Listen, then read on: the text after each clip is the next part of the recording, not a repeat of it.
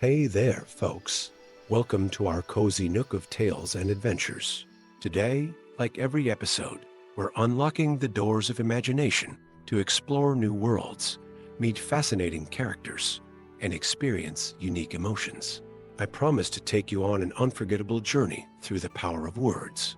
So, get comfy, grab your favorite drink, snuggle into that perfect spot, and get ready to lose yourself in a new story. Leave the outside world behind for a while and dive with me into the depths of storytelling. If you enjoy our content and want to support the channel, consider hitting that subscribe button and giving the video a thumbs up. Now, without further ado, let's dive into today's story. In the verdant realm of where magic whispered through ancient trees and legends walked among mortals, a darkness stirred. The Shadow Forest, once a place of wonder and mystique, now pulls with a malevolent energy that sent shivers through the very earth. As the first tendrils of this curse reached beyond the forest's borders, a prophecy as old as the land itself began to unfold. Erin, a young paladin with eyes that shimmered like polished emeralds, stood atop the battlements of Athkatla's grand citadel. Her golden hair caught the last rays of the setting sun as she gazed towards the distant tree line, now shrouded in an unnatural mist. The weight of destiny pressed upon her shoulders, heavier than any armor she had ever worn. "It has begun," whispered Elder Thorn, his wizened face etched with concern. "The Shadow King stirs, and with him, an army that threatens to plunge our world into eternal darkness." Erin's hand instinctively tightened around the hilt of her sword, its blessed steel humming with divine energy. "Then we must act, Elder. The prophecy speaks of a chosen one who will lead a band of heroes against this evil. Is it truly me?" The old sage nodded solemnly. "The signs are clear, child. But remember, prophecies are tricky things. Your path will not be an easy one, and those who walk beside you may not be who you expect." As if summoned by his words, a cloaked figure materialized from the shadows cast by a nearby tower. Vexalia, the renegade sorceress, moved with a grace that belied her dangerous nature. Her eyes, the color of storm clouds, fixed upon Erin with a mixture of curiosity and wariness. "So, this is the golden child who's supposed to save us all," Vexalia drawled, her voice carrying a hint of mockery. "I hope you're ready for what's coming, Paladin." The shadows don't play fair. Erin squared her shoulders, meeting the sorceress's gaze without flinching. "And why should I trust you, Vexalia? Your reputation precedes you." A smirk played at the corners of Vexalia's lips. "Because, my dear, I'm the only one who knows how to find what you seek. The scepter of light isn't just a fairy tale, and I can lead you to it." Elder Thorn stepped between them, his staff tapping against the stone floor. "Both of you are essential to this quest. Erin, your light will be needed to pierce the darkness. And Vexalia, your knowledge of the shadow arts may be our only hope of understanding our enemy." As the two women regarded each other warily, a horn sounded from the city below. Cries of alarm rose into the evening air as guards scrambled to their posts. At the edge of the city, where the last houses gave way to open fields, a mass of writhing shadows had appeared. "It's starting," Erin breathed, her voice barely above a whisper. Vexalia's eyes narrowed as she studied the encroaching darkness. "We don't have much time. The Shadow King's forces are faster than I anticipated." With a nod from Elder Thorn, Erin and Vexalia descended from the battlements, their uneasy alliance forged in the face of a greater threat. As they reached the courtyard, they were joined by three others. Bryn, a dwarven cleric whose hammer crackled with divine energy. Zephyr, an elven ranger whose keen eyes missed nothing. And Gom, a half-ORC warrior whose massive frame belied his gentle nature. "This is your team, Erin," Elder Thorn announced, each chosen for their skills and the role they must play in the coming battle. As the group gathered their supplies and prepared to depart, the air grew thick with tension. The fate of perhaps the entire world rested on their shoulders. Their journey took them through lands transformed by the encroaching shadows. Once vibrant fields withered under a sickly gray sky, and villages stood abandoned, their inhabitants fled, or worse. With each passing day, the urgency of their quest pressed upon them. On the fifth day, as they skirted the edges of the Shadow Forest, Vexalia suddenly halted. Her eyes, glowing with an inner fire, scanned the tree line. "We're close," she murmured. "The elven ruins lie just beyond that ridge." Erin stepped forward, her hand resting on her sword hilt. "And what aren't you telling us, sorceress?" "I can see the fear in your eyes." Vexalia's lips tightened into a thin line. "The ruins are guarded by more than just shadows. There's a presence there, something ancient and powerful." As if in response to her words, a bone-chilling howl echoed through the forest. The trees themselves seemed to shudder, their branches twisting unnaturally. Goam hefted his great axe, his yellow eyes gleaming. "Whatever it is, we'll face it together."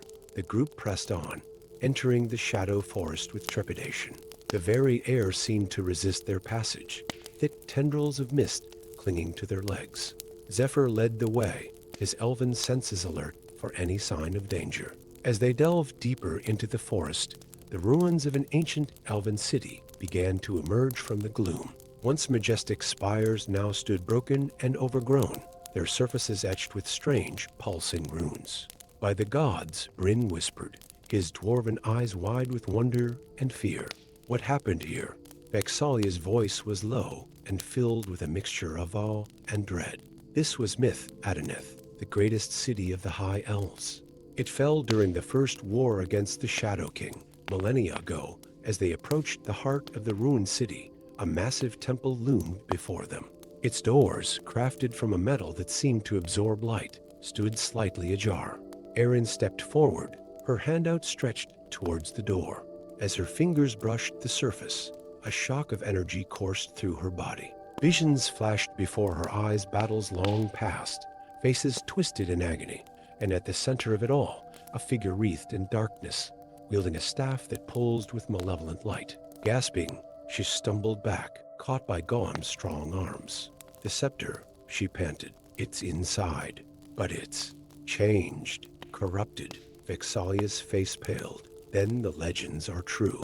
The Shadow King didn't just defeat the High Elves. He turned their greatest weapon against them." A low, rumbling laugh echoed from within the temple. The doors swung open fully, revealing a chamber bathed in swirling shadows. At its center stood a figure that seemed to be crafted from the darkness itself, the Shadow King. "Welcome, children of the light," the figure spoke, its voice like gravel scraping against bone. "You've come so far, only to fail at the final step." Erin stepped forward, her sword blazing with holy light. "We haven't failed yet, creature of darkness. Your reign ends here." The Shadow King's laughter grew, shaking the very foundations of the temple. "Brave words, little paladin, but can your light stand against the combined power of shadow and corrupted divinity?" With a gesture, the Shadow King summoned the scepter of light, now a twisted mockery of its former glory. Dark energy crackled along its length, and the gem at its tip glowed with an unholy radiance. As the two forces clashed, the ruins of Myth, Adeneth, became a battlefield of light and shadow. Erin's blade met the corrupted scepter in a shower of sparks, while her companions fought against waves of shadow creatures that poured from every crevice. Vexalia, her hands weaving complex patterns in the air, called forth arcane energies that tore through the ranks of the shadow army. Yet for every creature banished, two more seemed to take its place.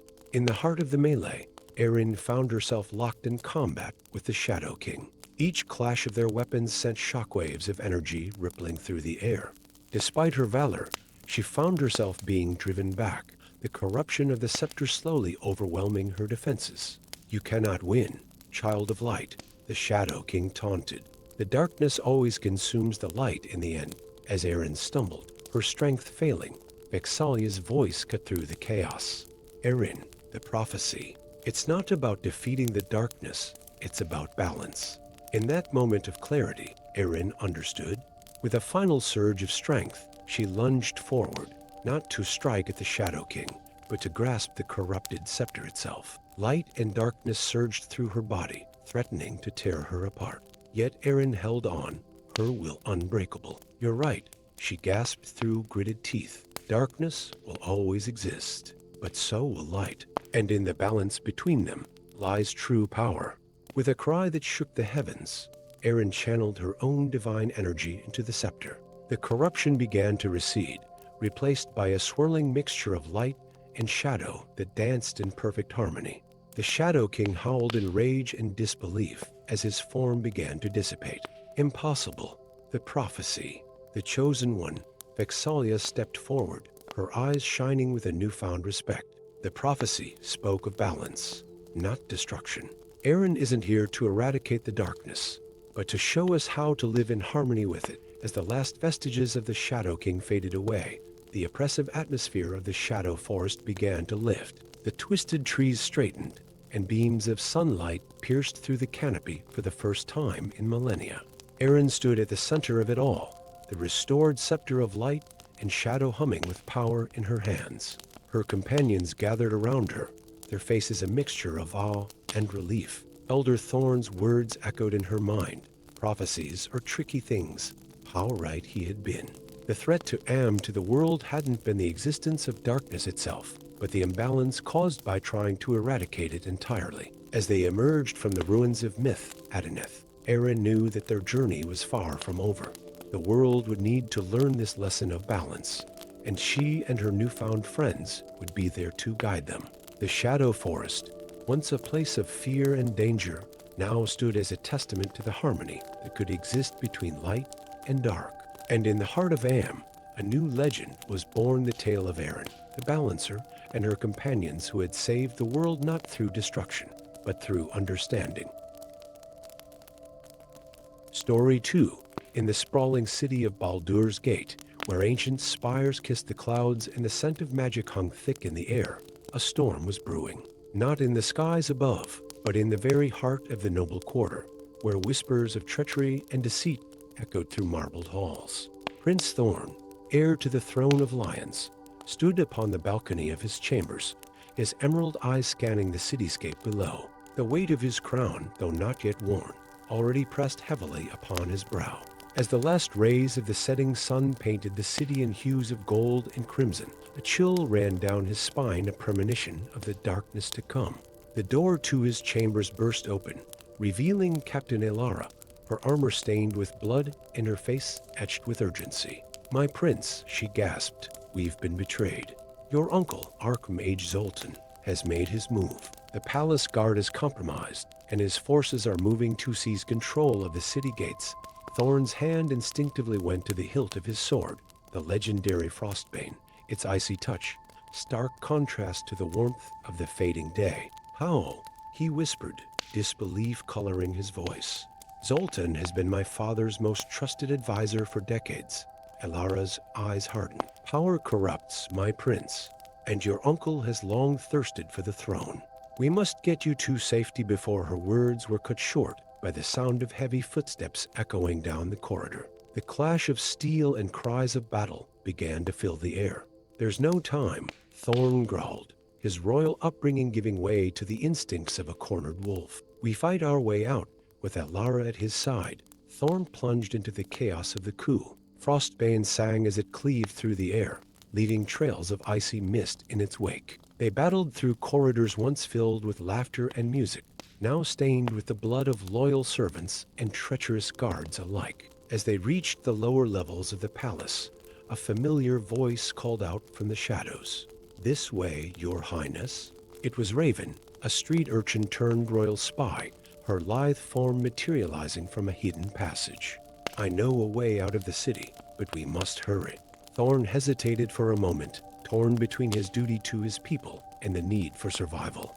Elara placed a hand on his shoulder, her voice soft but firm. "Live to fight another day, my prince. Baldur's Gate needs you alive."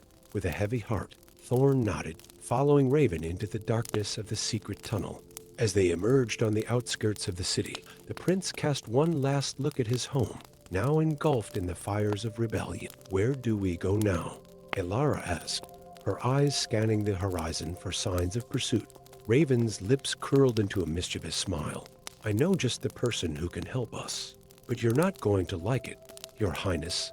Their journey took them through the twisting alleys of the lower city, where the stench of poverty and desperation hung heavy in the air. Raven led them to a dilapidated tavern, its sign swinging creakily in the night breeze. The broken tusk, inside, Amidst the raucous laughter and drunken brawls sat a mountain of a man, or rather, a half-ORC. Grom the Exiled, his scarred visage a testament to countless battles, raised an eyebrow as the unlikely trio approached his table. Well, well, he rumbled, his voice like gravel in a steel drum. Isn't this a fine mess you've gotten yourself into, Princeling? Thorn's eyes narrowed. We need your help, Grom. Baldur's gate has fallen to treachery, and we need to reclaim it. Grom let out a barking laugh. And why should I care about the squabbles of you soft-skinned nobles? My clan exiled me, and your kind has never shown me anything but contempt. It was Raven who stepped forward, her eyes flashing with a mixture of anger and pleading. Because if Zoltan wins, it won't just be the nobles who suffer. The entire Sword Coast will fall under his tyranny. You know the stories, Grom. You know what he's capable of. A heavy silence fell over the table, broken only by the distant sounds of the tavern brawl. Finally, Grom leaned forward, his massive hands clasped before him. There's only one power in this realm that could stand against a mage as powerful as Zoltan. The Jade Dragon. Elara's eyes widened. But that's just a legend, a children's tale. Grom shook his head, a grim smile playing at his tusked mouth. Oh, it's real, all right, and I know where to find it, but the journey won't be easy. And the price? Well, let's just say it might be more than you're willing to pay. Princeling. Thorn met Grom's gaze unflinchingly. Whatever the cost, I'll pay it. For my people, for Baldur's gate. And so, an unlikely alliance was forged in the grimy depths of the Broken Tusk. Prince Thorn, the noble paladin. Elara, the loyal captain. Raven, the street-smart rogue. And Grom, the exiled half-ORC warrior. Together, they set out under the cover of darkness, their path lit only by the stars and the burning determination in their hearts. Their journey took them through the treacherous trollbark forest, where ancient trees whispered secrets to those who knew how to listen. Raven's keen senses and knowledge of the underworld proved invaluable as she guided them past hidden pitfalls and through secret paths. As they made camp on the third night, huddled around a small fire, Thorn finally voiced the question that had been gnawing at him. Grom, what do you know of this Jade Dragon? What kind of power does it possess? The half-ORC's eyes glinted in the firelight. The Jade Dragon is no mere beast, Princeling. It's a being of pure wisdom, as old as the mountains themselves. They say it knows all the secrets of the world, past, present, and future.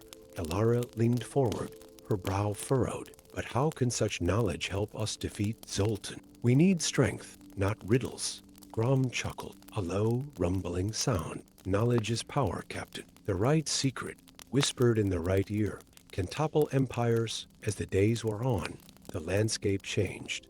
The lush forests gave way to craggy mountain, their peaks shrouded in mist. The air grew thin, and each step became a battle against exhaustion and the unforgiving terrain. It was on the 7th day of their ascent that they encountered their first true test. A group of cloud giants, their massive forms materializing from the mist, blocked their path. Turn back, surface dwellers. Their leader boomed, his voice like rolling thunder. These peaks are not for your kind. Thorn stepped forward, Frostbane gleaming at his side. We seek the Jade Dragon, great ones. Our quest is one of utmost importance. The giant's eyes narrowed. Many have sought the dragon's wisdom. Few have been worthy. Prove your worth, little prince, and we may let you pass. What followed was a contest of both might and wit. Grom matched the giants in feats of strength, hurling boulders across vast chasms. Raven's quick thinking and quicker fingers solved ancient riddles carved into the mountainside. Elara's unwavering loyalty and strategic mind impressed even the most skeptical of the giants. But it was Thorn who faced the final challenge. Standing at the edge of a bottomless chasm, he was asked to make a choice: cross a narrow, crumbling bridge to continue their quest, or turn back to aid a group of stranded travelers they had passed days ago. Without hesitation, Thorn turned back. A true leader puts the needs of others before his own, he declared. The giant leader's laughter echoed across the peaks. Well spoken, young one. You have proven your worth, not through strength or cunning, but through compassion. The path to the Jade Dragon opens before you, As if by magic, the mists parted, revealing a hidden valley nestled between the highest peaks. At its center stood an ancient temple, its jade-encrusted walls gleaming in the sunlight. As they approached the temple's massive doors, a sense of awe fell over the group. Intricate carvings depicted scenes from history, some familiar, others from ages long forgotten.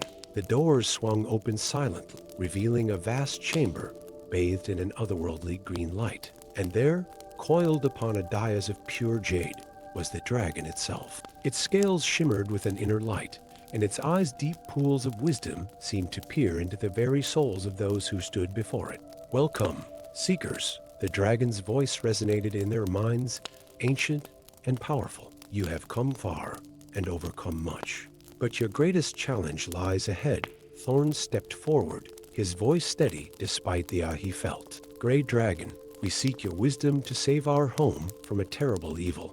The dragon's gaze settled upon the young prince.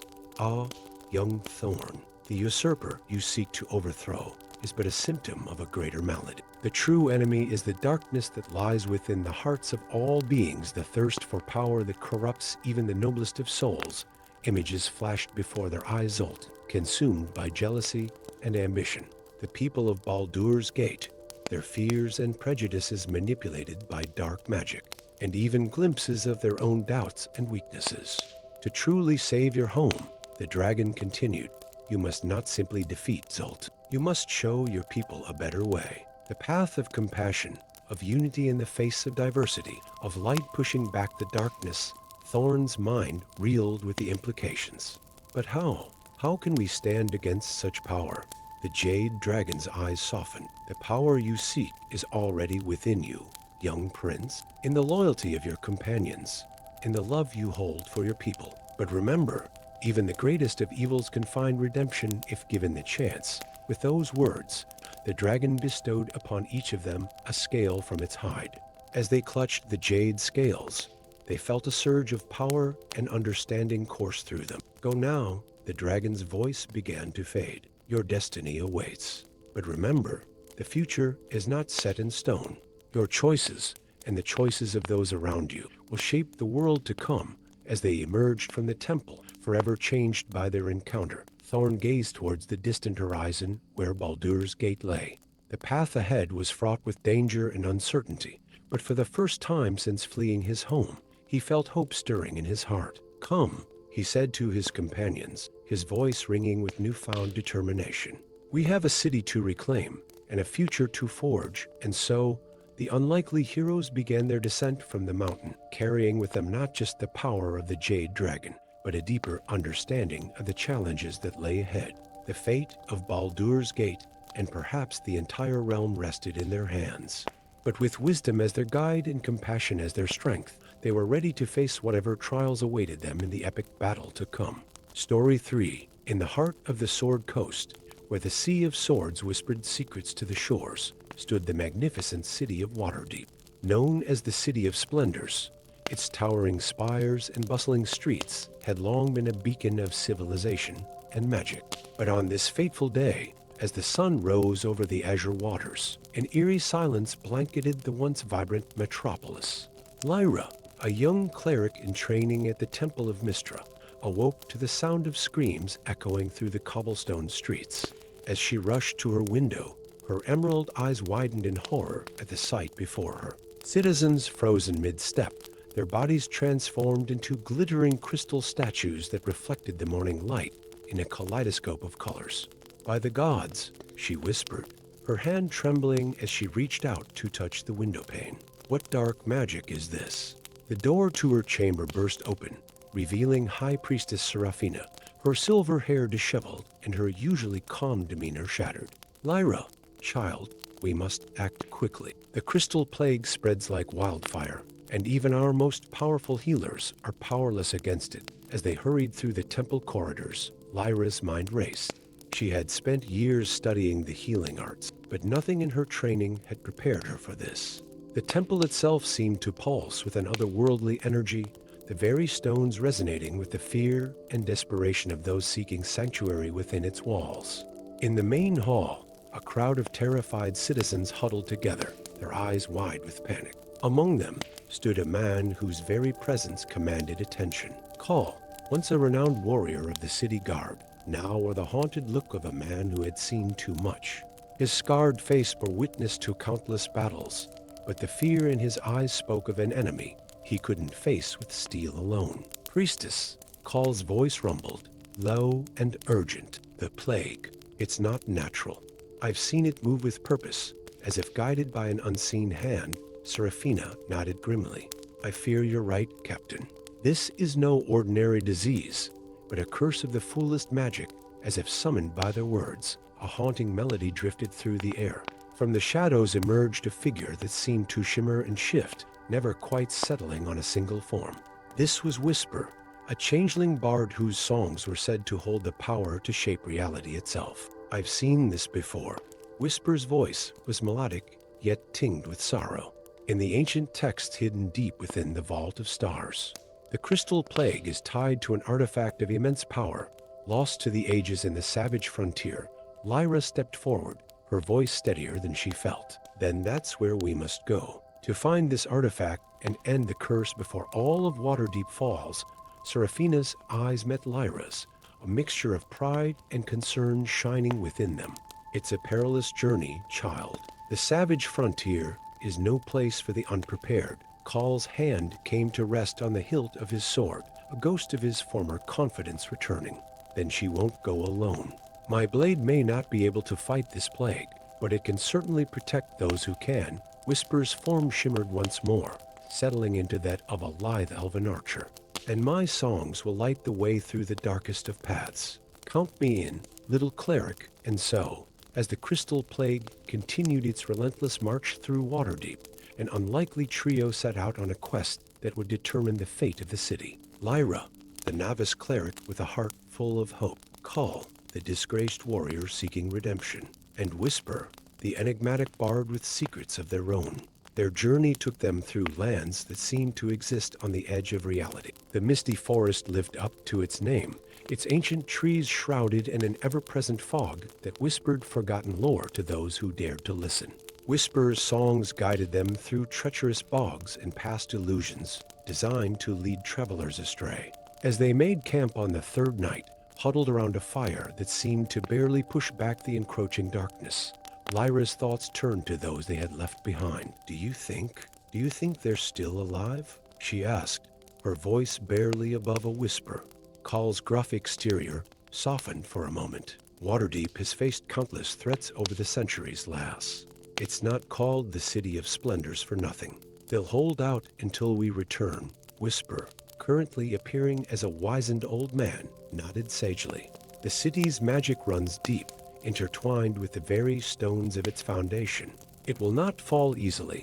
Their words brought little comfort as Lyra closed her eyes, her dreams haunted by visions of crystal statues reaching out for help that never came. The days blurred together as they pressed on, each step taking them further from the familiar and deeper into the wild heart of the savage frontier.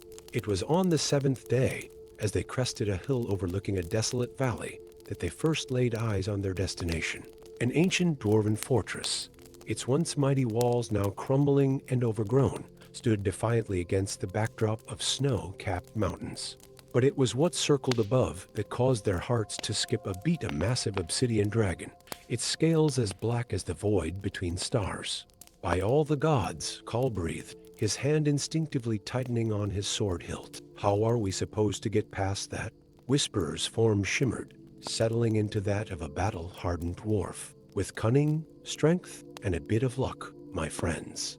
The artifact we seek lies within those walls, guarded by a being as old as the mountains themselves. As they made their way down into the valley, the very air seemed to grow heavier, charged with an energy that made their skin tingle. The dragon's roars echoed off the mountainsides, a constant reminder of the danger that awaited them. It was Lyra who first noticed the anomaly, a shimmering barrier that surrounded the fortress, barely visible to the naked eye. Look, she whispered, pointing. It's some kind of magical shield. Whisper nodded, a glimmer of excitement in their ever-changing eyes. The Veil of Shadows, an ancient dwarven magic designed to hide their greatest treasures from prying eyes. But every veil has its weak points. As night fell, they put their plan into action. Call, drawing upon years of tactical experience, created a diversion at the far end of the valley. As the obsidian dragon's attention was drawn away, Whisper began to sing. It was unlike anything Lyra had ever heard, a melody that seemed to resonate with the very fabric of reality, causing the veil to ripple and waver. In that moment of weakness, they slipped through, the magical barrier closing behind them with a sound like shattering glass. The interior of the fortress was a maze of crumbling corridors and cavernous halls, each step echoing ominously in the darkness. Ancient dwarven runes glowed faintly on the walls, pulsing with a power long forgotten by the world above. As they descended deeper into the heart of the mountain, the air grew thick with an otherworldly energy. And then, in a chamber that seemed to defy the laws of space and time, they found it the artifact that held the key to Waterdeep's salvation. A crystal orb, no larger than Lyra's fist, hovered in the center of the room. Within its depths, swirling mists formed and reformed, showing glimpses of far-off lands and times long past. The orb of transcendence, Whisper breathed, their voice filled with awe, said to hold the power to reshape reality itself. As Lyra reached out to grasp the orb, a voice like thunder shook the very foundations of the fortress. Who dares to seek the power of the ancients? The obsidian dragon materialized before them, its massive form somehow fitting within the confines of the chamber. Its eyes, burning with the intensity of dying stars, fixed upon the trio. Please, Lyra stepped forward, her voice steady despite the fear that threatened to overwhelm her. Our city is dying. This orb is the only thing that can save it. The dragon's laughter was like the grinding of tectonic plates. And why should I care for the fate of your insignificant city, little one?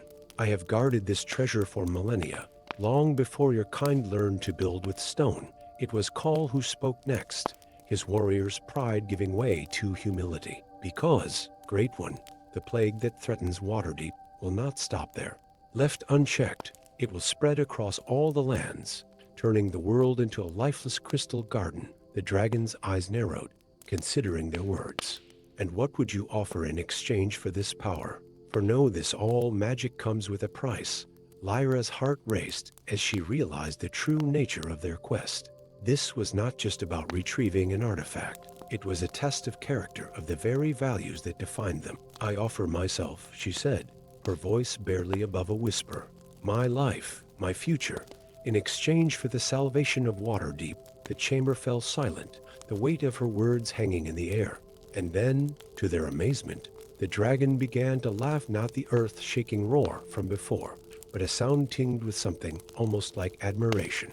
Brave little cleric, it rumbled, you have proven yourself worthy. Take the orb, but heed my warning, its power is not to be used lightly. The fate of your city, and perhaps the world, now rests in your hands. With trembling fingers, Lyra grasped the orb of transcendence. As its cool surface touched her skin, visions flooded her mind, the streets of Waterdeep restored, its people freed from their crystal prisons, but also glimpses of potential futures both wondrous and terrible. As they emerged from the fortress, the obsidian dragon soaring overhead in a final salute, Lyra knew that their journey was far from over. The road back to Waterdeep would be long and fraught with danger, and even then, wielding the orb's power would require wisdom beyond her years. But as she looked at her companion's Call, the warrior who had found his purpose again, and Whisper, the bard whose songs had lit their way through darkness, she felt a glimmer of hope. Together, they had braved the impossible, and together, they would face whatever challenges lay ahead. The fate of Waterdeep and perhaps the entire realm rested in their hand. But with courage in their hearts and the orb of transcendence as their guide, they were ready to write the next chapter in the grand tapestry of legend and magic that was the world of Faerun. Story 4. In the far reaches of the Forgotten Realms, where the icy winds howled with the voices of ancient spirits, and the aurora borealis painted the night sky with ethereal hues, lay the frozen tundra of Icewind Dale. Once a harsh but vibrant land, it now languished under an endless winter, its people huddled in their homes, their hopes as frozen as the landscape around them. For 3 long years, the sun had not pierced the veil of gray clouds that hung low over the dale. The great wizard Akar Kessel had long warned of this day, but few had heeded his words. Now, as the realm teetered on the brink of oblivion, a lone figure trudged through the knee-deep snow, his massive frame cutting a silhouette against the blinding white expanse. Bjorn Frostbird, once a proud chieftain of the Elk tribe, now bore the title of exile. His wild, red hair whipped about his face, ice crystals forming in his braided beard. In his hand, he clutched an ancient runestone, its surface etched with symbols that glowed with an inner fire, the last gift from his dying grandfather, who had spoken of a prophecy that would shake the very foundations of Icewind Dale. As Bjorn crested a snow-covered hill, he gazed upon the frozen expanse of the red waters, once a life-giving lake, now an unbroken sheet of ice. It was here, according to the whispers of the wind, that he would find the key to saving his people. With a deep breath that frosted in the air before him, Bjorn raised his mighty warhammer, Thunderheart, and brought it crashing down upon the ice. The sound echoed across the barren landscape like the roar of an angry god. Once, twice, thrice he struck, each blow sending spiderweb cracks racing across the frozen surface. And then, with a groan that seemed to come from the very heart of the world, the ice gave way. From the depths of the shattered ice emerged a figure that took Bjorn's breath away. An elven woman, her skin as pale as the snow around them, her hair a cascade of silver that seemed to capture the light of a sun long hidden. Her eyes, when they fluttered open, held the wisdom of centuries. Who are you? Bjorn's voice, unused to speech after months of solitude, came out as a rasp. The elven woman's lips curled into a smile that held both warmth and sorrow. I am Elara Winterwhisper, last of the Frost Maidens. And you, Bjorn Frostbird, are the one I have waited an age to meet. As Elara stepped onto the ice, her bare feet leaving no imprint, the runestone in Bjorn's hand pulsed with an intense light. The elf's eyes widened at the sight. The Heartstone of Oral, she breathed. So the prophecy speaks true. Come, Bjorn of the Elk tribe. We have much to do and little time to do it. And so began a journey that would take them across the frozen expanse of Icewind Dale, from the towering peaks of the spine of the world to the treacherous depths of Kelvin's cairn. As they traveled, Elara spoke of the true threat that loomed over the realm, the return of the Lich King, an ancient evil that had once been defeated, but never truly vanquished. The eternal winter is his doing, Elara explained as they huddled in a cave, sheltered from a howling blizzard. He draws power from the cold, from the despair of those who suffer under it. With each passing day, his strength grows, Bjorn's brow furrowed, his hand unconsciously tightening around Thunderheart's handle. But how do we stop such a being? I'm just a barbarian, an exile at that. Elara's hand, cool as a spring breeze, came to rest on his arm.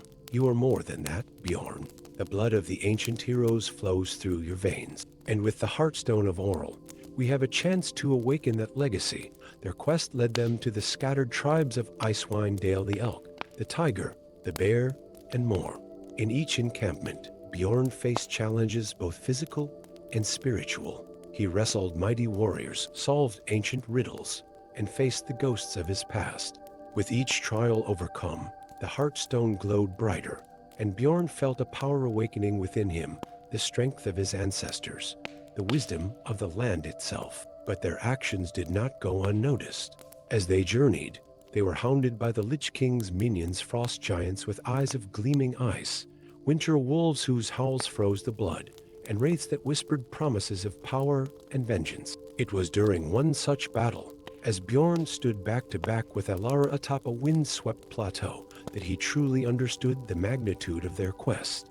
His hammer, Thunderheart, crackled with lightning as it smashed through the icy armor of a frost giant, while Elara's magic danced around them, a whirlwind of snow and starlight that kept the encroaching darkness at bay. We cannot keep this up forever, Elara shouted over the din of battle, her voice tinged with exhaustion. Bjorn nodded grimly, his eyes scanning the horizon. And then he saw it, a pillar of darkness rising in the distance, a vortex of malevolent energy that seemed to devour the very light around it. There, he growled, pointing with Thunderheart. That's where we'll find him. The Lich King, Elara's eyes widened, a mixture of fear and determination flickering across her face. The throne of ice. Of course. But Bjorn, to face him there, it would be walking into the heart of his power. Bjorn's laugh was like the rumble of an avalanche. Then that's exactly what we'll do, my friend, for Icewind Dale. For all the realms, their final journey took them across a landscape that seemed to actively resist their passage. The very ground beneath their feet shifted and cracked, while the wind howled with the voices of 1,000 tortured souls. As they approached the throne of ice, a massive citadel of black ice that rose like a malevolent spire against the gray sky, Bjorn felt the weight of destiny settling upon his shoulders. The heartstone pulsed in rhythm with his own heartbeat, its warmth a stark contrast to the biting cold around them.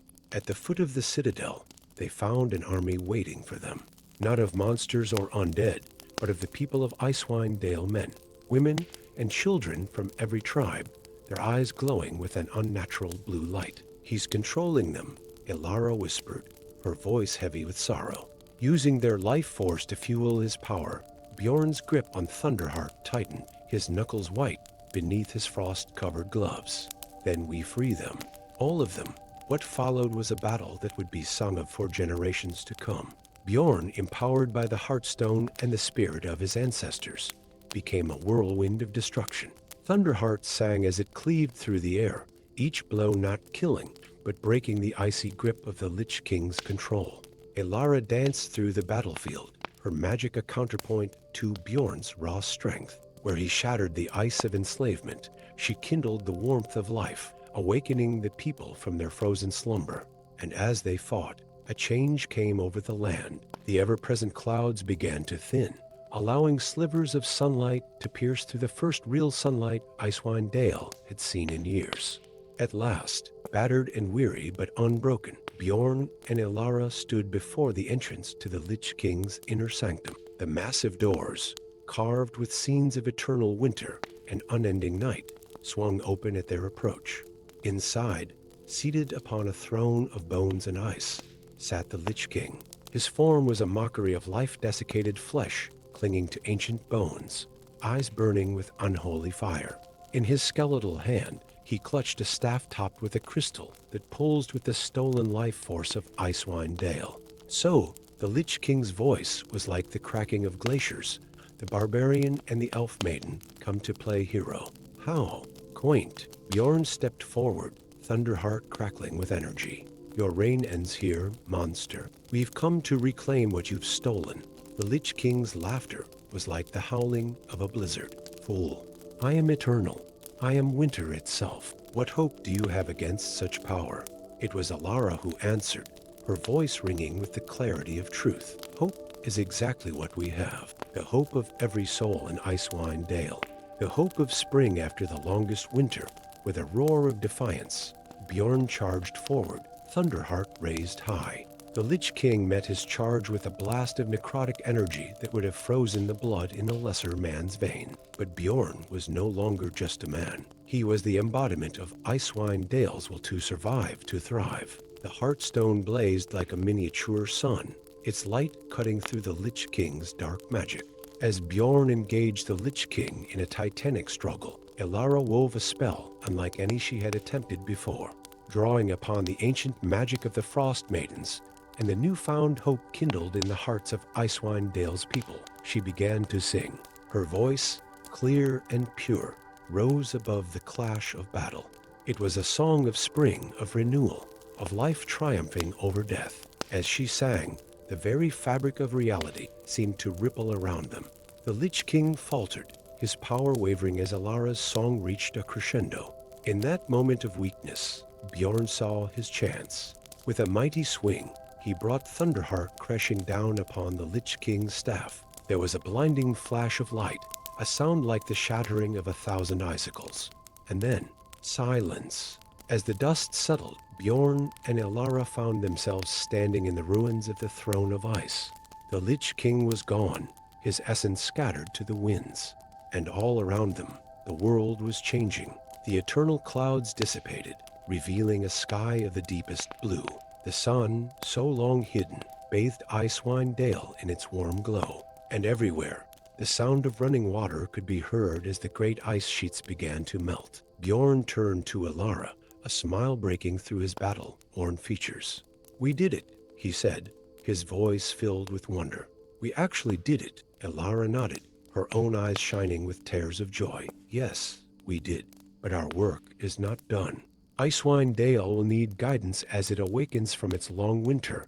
As they made their way down from the crumbling citadel, they were met by the people of Icewind Dale, no longer enslaved, but free and filled with newfound hope. Bjorn, once an exile, was hailed as a hero, the savior of the realm. And so began a new chapter in the history of Icewind Dale. Under the leadership of Bjorn Frostbird, and with the wisdom of Alara Winterwhisper, the land began to heal. The tribes, once divided, came together to rebuild and thrive. As for the Heartstone of Oral, it found a new home in the Great Hall of 10 Towns, a constant reminder of the power of hope and the indomitable spirit of those who call Icewind Dale home. And on clear nights, when the aurora dances across the sky, it's said that if you listen closely, you can still hear the echoes of Alara's song, a promise of spring, of renewal, and of the eternal cycle of life that not even the coldest winter can ever truly extinguish. Story 5. In the heart of Tay, where the very air crackled with arcane energy, and the ground pulsed with the heartbeat of ancient magic, young Zephyr stood atop the crimson spire. His emerald eyes, flecked with gold, scanned the horizon where the setting sun painted the sky in hues of blood and fire. The wind whipped through his silver hair, carrying with it whispers of power and promises of greatness. But on this fateful evening, those whispers turned to screams. A tremor shook the tower, sending loose stones clattering to the ground far below. Zephyr's hands gripped the railing, his knuckles white with tension. From the shadows of the spiraling staircase behind him emerged Master Silthar, his crimson robes billowing around him like living flame. "It's time, apprentice." Silthar's voice was tight with urgency. "They've begun the ritual. The planar key must not fall into their hands." Zephyr's heart raced as the implications of his master's words sank in. For years, he had studied the ancient prophecies, pored over crumbling tomes that spoke of a key that could unlock the barriers between worlds. But never had he imagined he would see those words come to life. As they descended the tower, the very air seemed to thicken, charged with magical energy that made Zephyr's skin tingle. In the grand chamber below, a scene of chaos unfolded. Red wizards, their faces contorted with a mixture of fear and ecstasy, chanted in voices that seemed to shake the very foundations of reality. At the center of it all stood Shastam, the Lich Lord of Tay himself. In his skeletal hands, he held aloft an object that pulsed with an otherworldly light, the planar key, its surface etched with runes that shifted and changed even as Zephyr watched. "Stop!" Silthar's voice boomed across the chamber, momentarily cutting through the cacophony of chanting. "You know not what forces you tamper with." Shastam's laughter was like the rattling of dry bones. "Oh, but I do, old friend. The power of the gods themselves will soon be within our grasp. Join us and share in the glory of a new age." But Silthar stood firm, his staff raised in defiance. "Never. Zephyr, run. Take the scroll and find the guardian. It's our only hope." What happened next was a blur of motion and magic. Silthar unleashed a torrent of arcane energy that sent red wizards scattering. In the chaos, Zephyr felt something pressed into his hands, an ancient scroll case, its surface warm to the touch. "Go," Silthar shouted, his form already beginning to fade as he poured his life force into a final, desperate spell. Zephyr ran, his feet carrying him through twisting corridors and down hidden passages.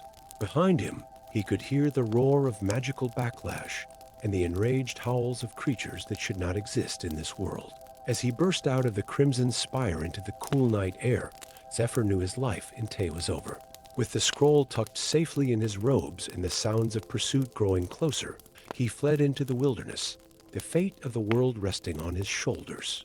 Days blurred into weeks as Zephyr made his way across the realms, always one step ahead of the Red Wizard's agents.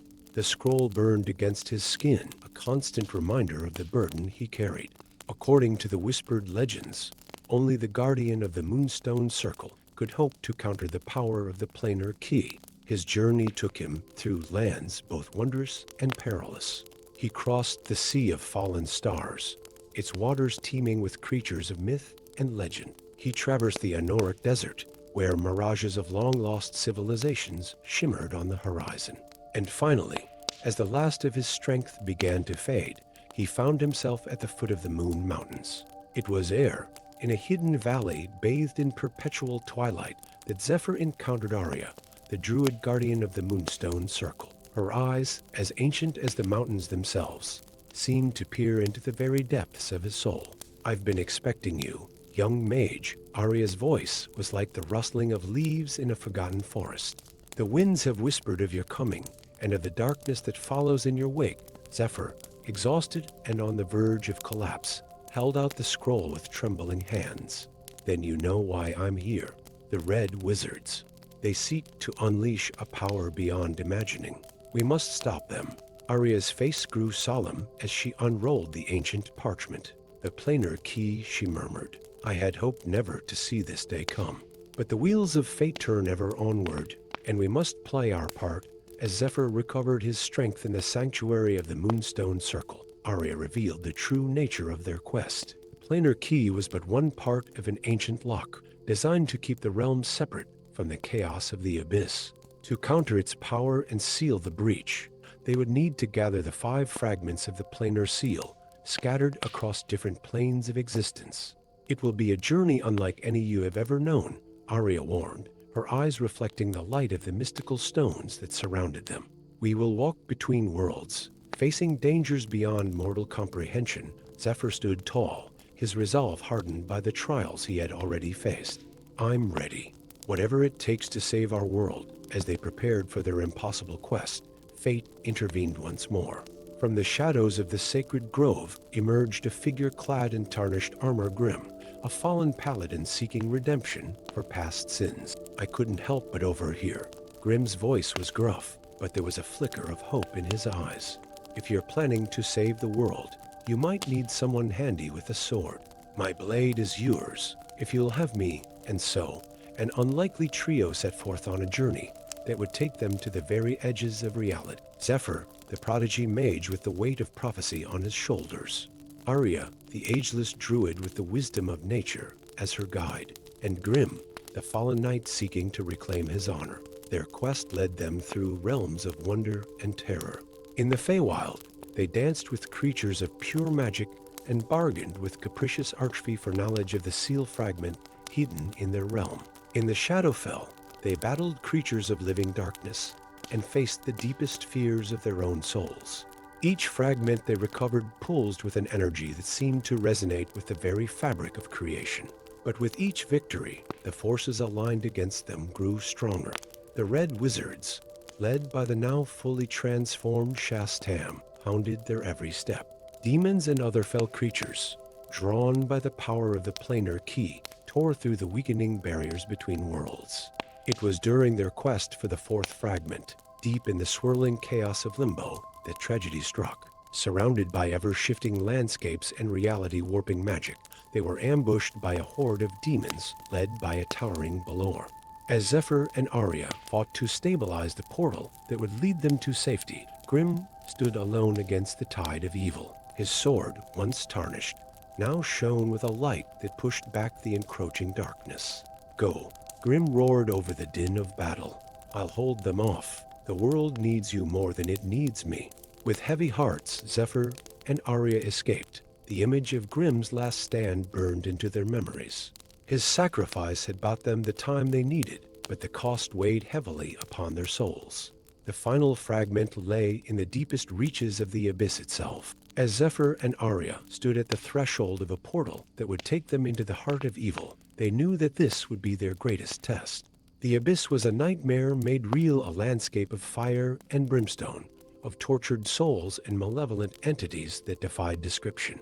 At its center stood a great obsidian fortress, where Shastam and his followers prepared for the final ritual that would merge the planes and usher in an age of chaos. As they fought their way through legions of demons and corrupted Red Wizards, Zephyr and Arya's bond grew stronger. They moved as one, his magic and her nature-based powers intertwining in ways that transcended mortal understanding. In the heart of the fortress, they found Shastam, now more demon than man, planar key pulsing with dark energy in his grasp. The final battle was a symphony of magic and willpower, as reality itself seemed to warp and twist around them.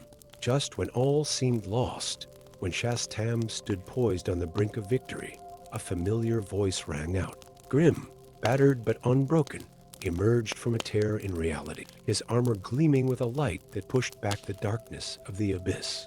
Did you really think I'd let you face this alone?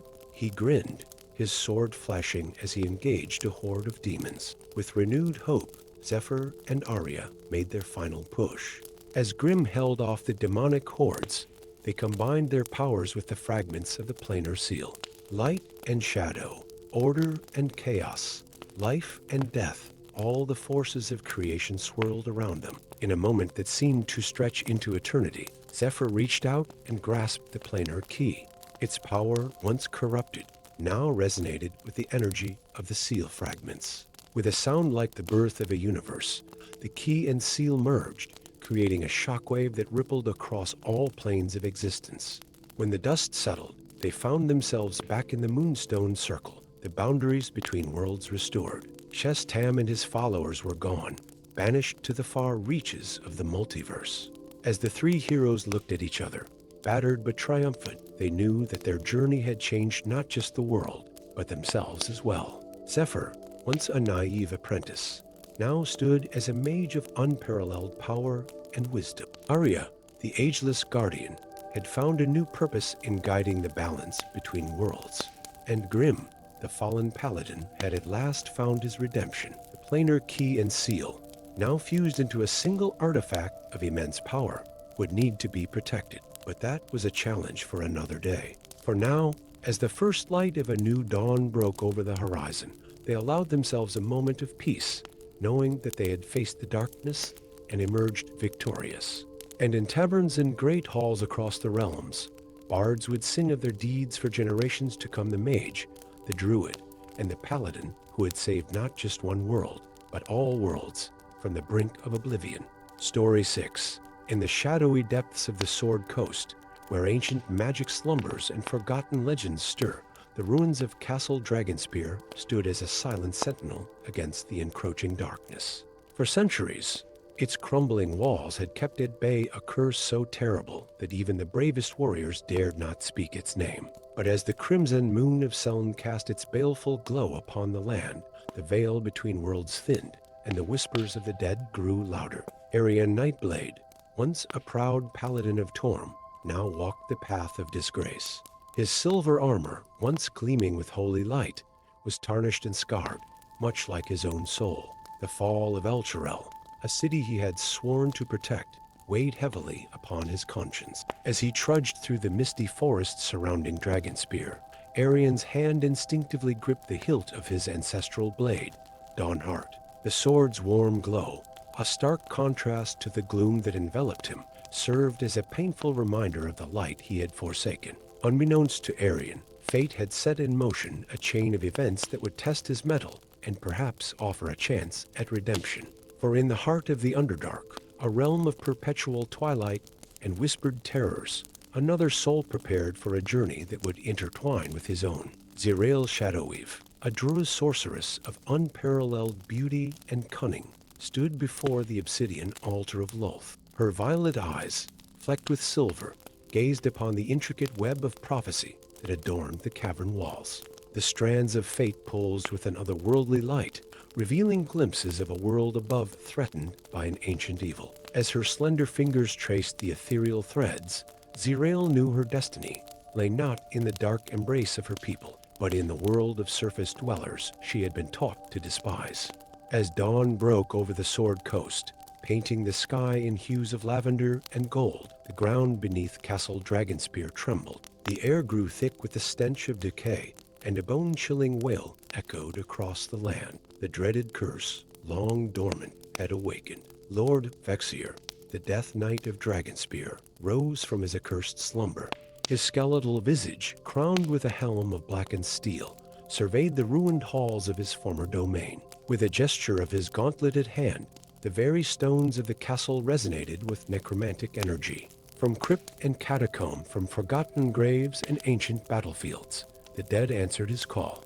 The first waves of undead poured forth from Dragonspear's gates, a tide of rotting flesh and gleaming bone that threatened to engulf the nearby villages. Farmers abandoned their fields, traders forsook their wares, and the people of the Sword Coast fled in terror before the advancing horde. It was amidst this chaos that Arion found himself drawn inexorably towards the heart of the calamity. As he crested a hill overlooking the devastation, his eyes widened in horror at the sight of the undead army. For a moment, the weight of his past failures threatened to overwhelm him. But then, a flicker of the holy fire that once burned within his soul ignited anew. With a prayer to Torm on his lips, Arion charged into the fray. Dawnheart sang as it cleaved through the ranks of the undead, its blessed steel sending rotting corpses back to their eternal rest. Yet for every foe he felled, two more took its place. As exhaustion began to take its toll, Arion realized the futility of his lone stand against the tide of death. It was then, in his darkest hour, that fate intervened. A bolt of purple lightning split the sky, incinerating a score of skeletal warriors that had surrounded Arion. From the smoke emerged a figure both alluring and deadly, Zirael Shadowweave, her silver hair whipping in the wind, her hands crackling with eldritch energy.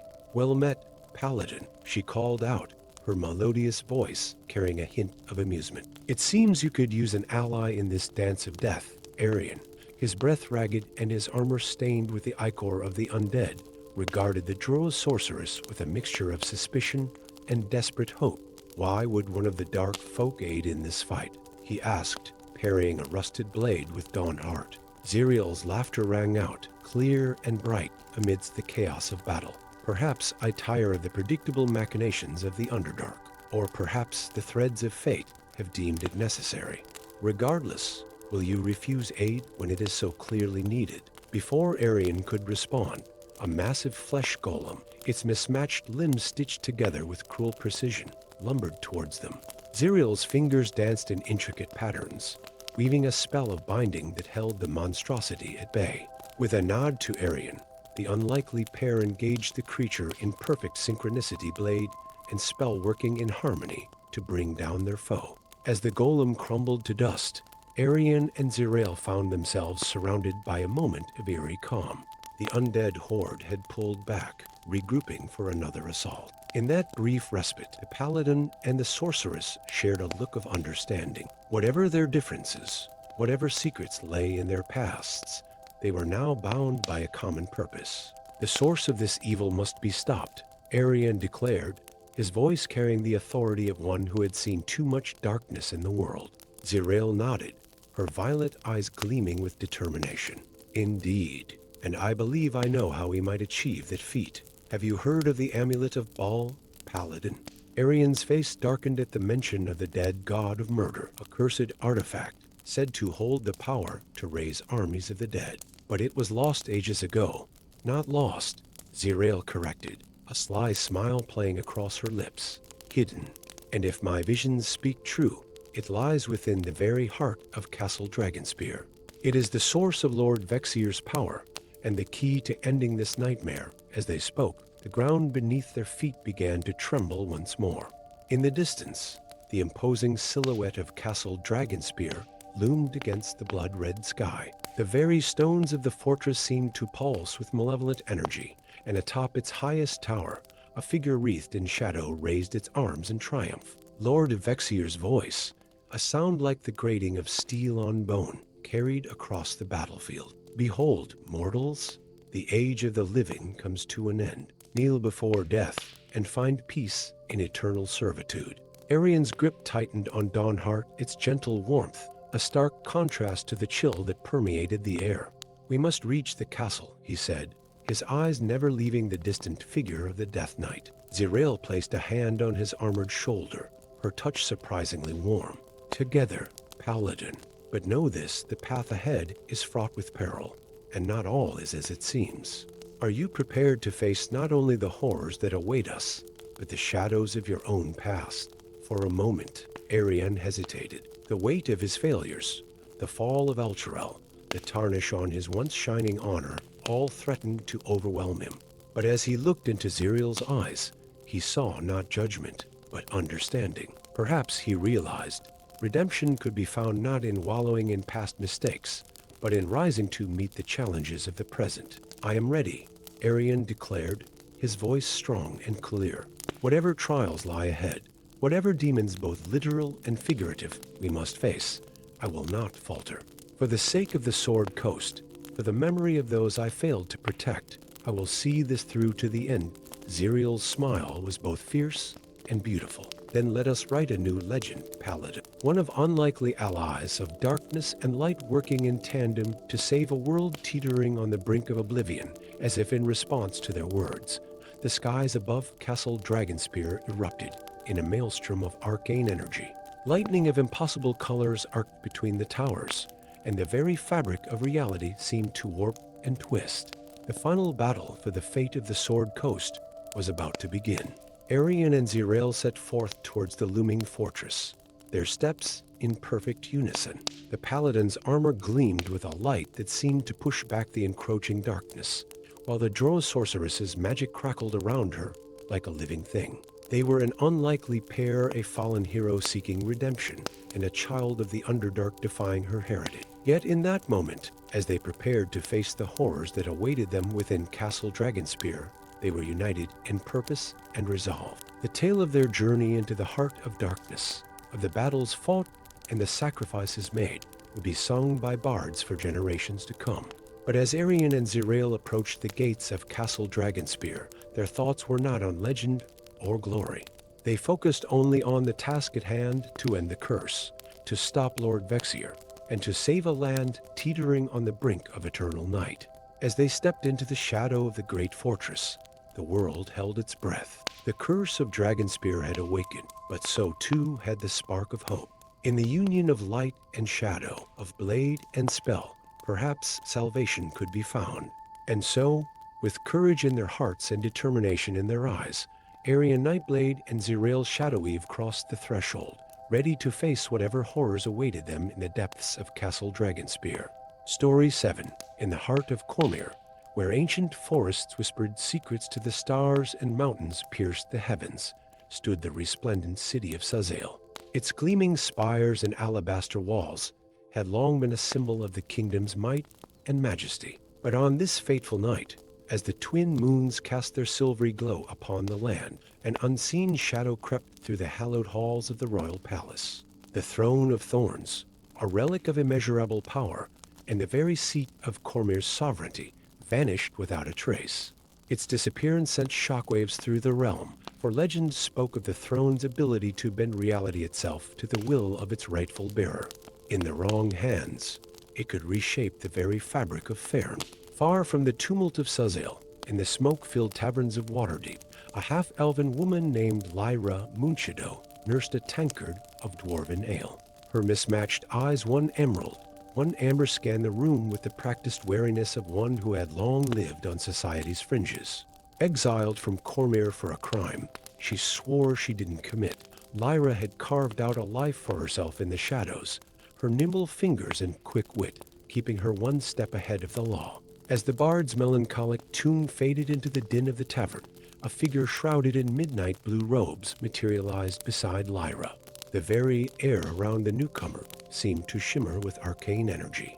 Lyra Moonshadow, the figure spoke, its voice carrying the weight of ages. "Your skills are required once more by the land that cast you out." Lyra's hand instinctively moved to the hilt of her dagger. "I owe Cormyr nothing," she hissed, her eyes narrowing. "Who are you to make such demands?" The figure lowered its hood, revealing a face both ancient and ageless, the visage of the legendary Elminster, the sage of Shadowdale. "I am one who sees the threads of fate, child, and those threads have led me to you." With a wave of his gnarled hand, Elminster conjured an image in the air between them, the throne of thorns, its intricate design of intertwined branches and razor-sharp thorns glowing with an otherworldly light. "The throne has been stolen," Elminster continued, his voice grave, "by a guild of shape-shifting thieves who seek to harness its power for their own nefarious ends. But there is a greater danger at play. The cult of the dragon hunts for the throne as well, and should they claim it, all of Faern will tremble." Lyra's mind raced. The throne of thorns, a relic she had only heard whispered about in the darkest corners of Cormyr's underworld. Its theft explained the surge of magical energy she had felt rippling through the plains, even here in distant Waterdeep. "And what makes you think I'm the one for this task?" Lyra asked, her voice tinged with both curiosity and suspicion. Elminster's eyes twinkled with a hint of mischief. "Because, my dear, you are the only one who can unravel the enchantments that protect the Thieves' Guild. The same enchantments, I might add, that were used to frame you for a crime you did not commit." Lyra's heart skipped a beat. After years of exile, the chance to clear her name dangled before her like a glittering jewel. But experience had taught her that such opportunities often came with a hefty price. "And if I refuse?" she challenged, though her resolve was already wavering. Elminster's expression grew solemn. "Then the fate of Fairn hangs in the balance. The throne of thorns must be recovered before the next full moon, or its power will be unleashed in ways even I cannot foresee."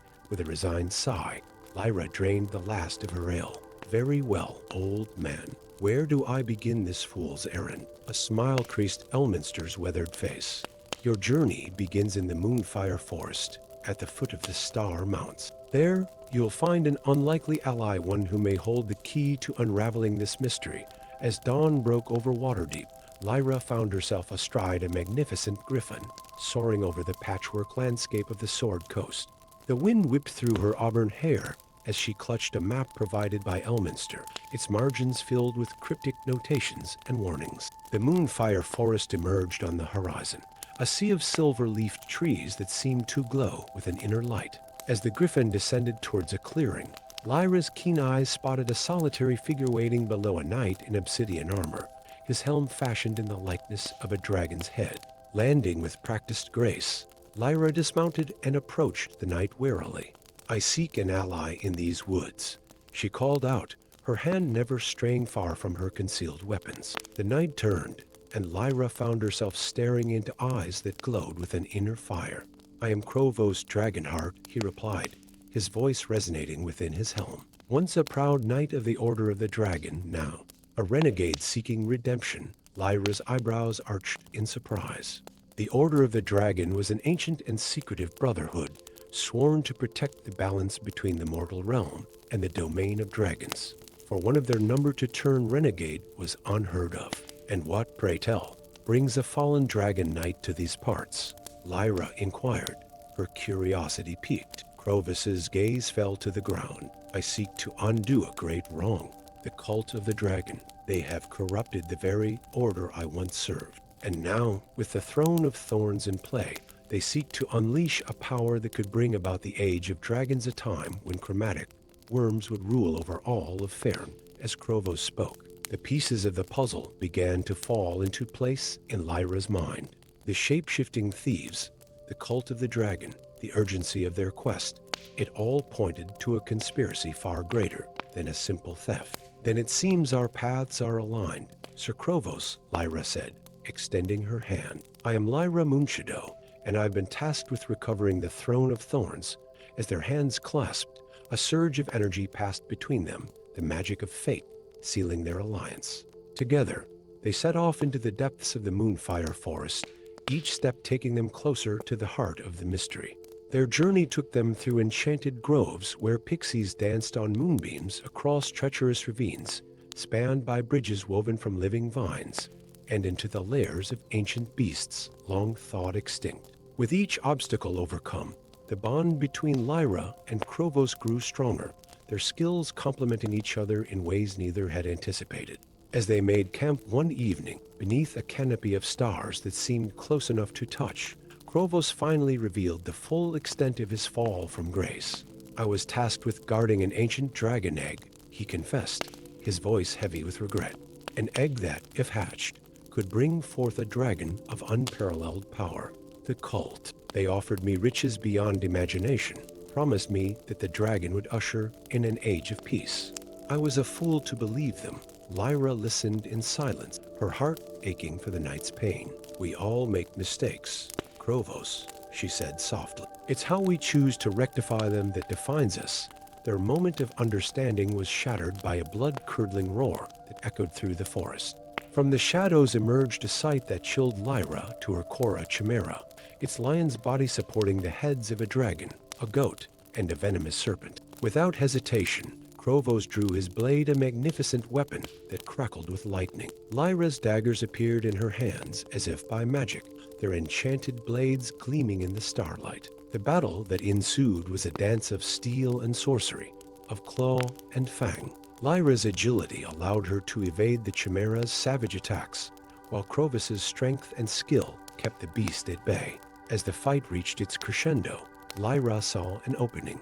With the acrobatic leap, she vaulted over the chimera's thrashing tail and plunged her daggers deep into its flank. The creature's dying roar shook the very foundations of the earth. As it collapsed, Lyra and Krovos found themselves face to face, breathless and exhilarated. "You fight well. For a thief," Krovos said, a hint of admiration in his voice.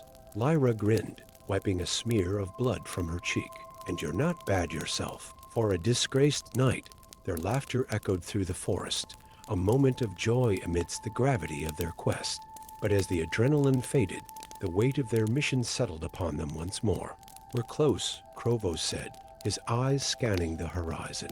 "The lair of the shapeshifters lies just beyond the next ridge." "But Lyra, there's something you should know." Lyra tensed, sensing the gravity in his tone. "What is it?" Krovos removed his helm, revealing a face marked by both nobility and sorrow. "The leader of the Thieves' Guild. It's your sister, Arya. She was the one who framed you, who set in motion the events that led to your exile." The revelation hit Lyra like a physical blow. Memories of her childhood in Cormyr flooded back, of laughter shared with Arya, of promises made under starlit skies. How had it come to this? As dawn broke over the Moonfire Forest, Lyra and Krovos stood at the threshold of their destiny. The lair of the shapeshifters loomed before them, a twisted palace of living wood and shimmering illusions. "Whatever happens in there," Lyra said, her voice steady despite the turmoil in her heart, "know that I'm grateful to have you by my side." Krovos Dragonheart the Knight nodded, his eyes gleaming with determination. "And I, you, Lyra Moonshadow. Together, we shall reclaim the Throne of Thorns and write a new chapter in the annals of Faerun." With a shared look of resolve, they stepped forward into the unknown. The fate of kingdoms hung in the balance, and the true test of their courage and loyalty was about to begin. For in the shadowy depths of the shapeshifter's lair, not only the Throne of Thorns awaited them, but also the answers to long-buried secrets, and the chance for redemption that both so desperately sought. Story 8. High above the verdant expanse of Faerun, suspended in defiance of nature's laws, the floating city of Netheril drifted like a jewel wreathed in clouds. Its crystalline spires and impossible architecture spoke of an age when magic flowed as freely as water, and mortal ambition knew no bounds. At the heart of this marvel stood the Infinite Tower, a structure that seemed to pierce the very fabric of reality, its upper reaches lost in a swirling vortex of arcane energy. Within the highest chamber of this ethereal spire, Archimage Zephyrian stood before an ornate mirror, his ageless face a mask of concentration. His fingers, adorned with rings of power, traced intricate patterns in the air as he spoke words that made reality itself shudder. "At last," he whispered, his voice carrying the weight of centuries, "the grimoire of Mystra is within my grasp." The mirror's surface rippled like quicksilver, revealing glimpses of a tome bound in starlight and shadow. Zephyrian's eyes, galaxies swirling in their depths, gleamed with an hunger that bordered on madness. "Soon," he intoned, "I shall ascend beyond the petty constraints of mortality. The power of Mystra herself will be mine to command." As the Archimage's laughter echoed through the infinite tower, a tremor shook the very foundations of Netheril. In that moment, across the face of Faerun, those attuned to the ebb and flow of magic felt a disturbance, as if the weave itself had cried out in pain. Far below, in the icy wastes of the endless ice sea, Thorn Frostborn awoke with a start. The barbarian warrior's massive frame was slick with sweat, despite the biting cold of his fur-lined tent. Visions of a tower that reached into forever and a book that pulls with the heartbeat of magic itself lingered in his mind. Thorn's hand instinctively went to the amulet that hung around his neck, a gift from his grandmother, the tribe's shaman. The stone, usually cool to the touch, now burned with an inner fire. By the spirits, Thorn muttered, his breath misting in the frigid air. What manner of omen is this? As if in answer, the flap of his tent was thrown open. Era, his sister, and the tribe's current shaman stood silhouetted against the aurora-lit sky. You felt it too, she said, her voice tight with urgency. The balance is shifting, brother. The old ways speak of a time when the sky dwellers would reach too far, threatening to unravel the tapestry of the world. Thorn nodded grimly, already reaching for his great axe. Then it seems the spirits have chosen their champion. Where must I go, sister? Ira's eyes glazed over, seeing beyond the physical realm. South, she whispered, to the great forest where the ancient ones still walk. There, you'll find an ally touched by nature's grace. Together, you must ascend the infinite tower and prevent the unthinkable. As the first light of dawn painted the glaciers in hues of pink and gold, Thorn set out on a journey that would take him far from the only home he had ever known. The spirits of his ancestors whispered guidance on the wind, leading him across treacherous tundra and through mountain passes long forgotten by the world of men. Weeks passed, and the icy landscape gave way to rolling hills and finally to the lush canopy of the high forest. It was here, among trees older than nations, that Thorn's destiny would intertwine with another's. Ilawan Munglo moved through the ancient woods with the grace of one born to its shadowed paths. The elven druid's emerald eyes scanned the forest floor, searching for signs of the imbalance that had disturbed her meditations. A rustle in the underbrush caught her attention, and she turned, staff at the ready. From the foliage emerged a figure that seemed more legend than man. Thorn Frostborn stood nearly 7 feet tall, his muscled frame adorned with intricate tribal tattoos and furs from beasts Ilawan had never seen. Despite his fearsome appearance, it was the amulet around his neck that drew the druid's gaze, a stone that pulsed with the same rhythm as the heartwood of the eldest trees. You are far from home, Iceborn, Ilawan said, lowering her staff. What brings you to the realm of leaf and shadow? Thorn's deep voice rumbled like distant thunder. I seek one touched by nature's grace, to right a wrong committed in the sky above. A look of understanding passed between them. Without another word, Ilawan gestured for Thorn to follow. As they journeyed deeper into the heart of the high forest, an unlikely alliance was forged. The raw power of the north and the ancient wisdom of the woodlands united in common cause. Their path led them to a hidden grove where the veil between worlds grew thin. Here, bathed in ethereal light, stood a shimmering portal, a gateway to Netheril that had remained dormant for millennia. The old magic stir, Ilawan murmured, her fingers tracing the air around the portal. The balance of power shifts. We must act quickly. Thorn nodded, his hand tightening on the haft of his great axe. Then let us bring the fury of earth and sky to these arrogant mages. With a word of power from Ilawan and a roar that shook the leaves from nearby trees, the unlikely pair stepped through the portal. In a dizzying instant, they found themselves standing on the very edge of Netheril, the ground beneath their feet solid, yet somehow unreal. The infinite tower loomed before them, its impossible geometry challenging their very perception of reality. As they approached its base, waves of arcane energy washed over them, setting Thorn's teeth on edge and causing Ilawan's staff to hum with barely contained power. Intruders! The cry went up from Netheril's guards, their ornate armor gleaming in the otherworldly light. Protect the Archimage. What followed was a battle that would be sung of for generations. Thorn's axe, imbued with the primal fury of the frozen north, clove through magical barriers as if they were mist. Ilawan's druidic magic called forth roots and vines from the very stone of Netheril, entangling their FOs and turning the floating city's unnatural environment against itself. As they fought their way up the spiraling levels of the infinite tower, Thorn and Ilawan encountered wonders and horrors beyond imagination. Chambers where time flowed backwards, corridors that looped in on themselves in ways that defied Euclidean geometry, and guardians fashioned from the very stuff of nightmares. Yet for every obstacle they faced, their resolve only grew stronger. Thorn's barbarian rage, fueled by the spirits of his ancestors, seemed limitless. Ilawan's connection to the natural world, even here in this bastion of artificial magic, granted her insights that allowed them to overcome seemingly insurmountable challenges. As they neared the summit of the tower, the very air around them began to warp and twist. Reality itself seemed to be unraveling, the fabric of the weave visibly fraying at the edges of their vision. "We're too late," Alawan gasped, her face pale with the strain of maintaining her connection to nature in this maelstrom of raw magic. Thorn's reply was cut short as the wall before them simply ceased to exist, revealing the vast chamber beyond. There, suspended in a vortex of pure magical energy, hovered Archimage Zephyrian. The grimoire of Mystra floated before him, its pages turning of their own accord as eldritch power poured from its contents into the Netherese mage. "Behold," Zephyrian's voice boomed, magnified 1,000-fold by his newfound power. "The ascension of a new god begins.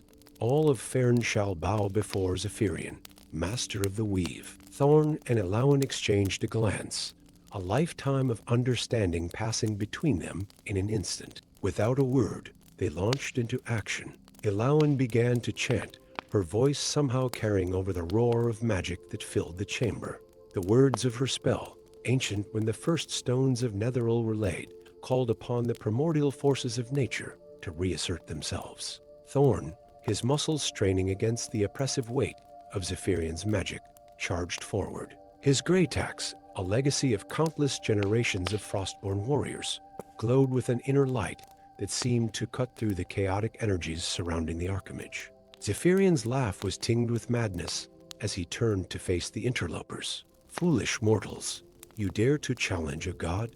But as the Archimage raised his hand to unleash a spell that would unmake the very essence of his opponents, something extraordinary happened. The amulet around Thorn's neck shattered, releasing a blinding light that filled the chamber.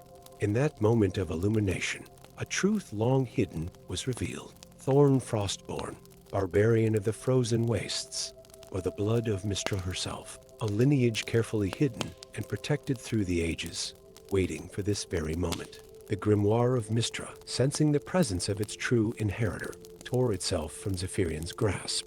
The book flew to Thorn, its pages a blur, as it imparted millennia of magical knowledge in an instant. Zephyrian's scream of rage was cut short as Thorn, now glowing with divine radiance, brought his axe down in a mighty arc. The blade, empowered by the combined might of barbarian fury and Mystra's essence, shattered the Archimage's defenses like glass. As Zephyrian fell, his form already beginning to dissolve into motes of magical energy, Alawan completed her spell. A wave of pure, primal force swept through the infinite tower, cleansing it of the corrupted magic that had threatened to unravel reality. In the aftermath, as the city of Netheril itself began to descend gently back to the earth far below, Thorn and Alawan stood in stunned silence. The barbarian stared at his hands, still crackling with residual magical energy, while the druid leaned heavily on her staff, a smile of wonder and exhaustion on her face. "It seems," Alawan said softly, "that the spirits had plans for you beyond even your own knowing, Thorn Frostborn. Or should I say, Thorn Mystra-blooded." Thorn's laughter, deep and genuine, echoed through the now quiet chamber. "It seems the greatest magic of all is that which brings unlike allies together in times of need, my friend, as the sun rose on a new day, its light filtering through the dissipating clouds around Netheril."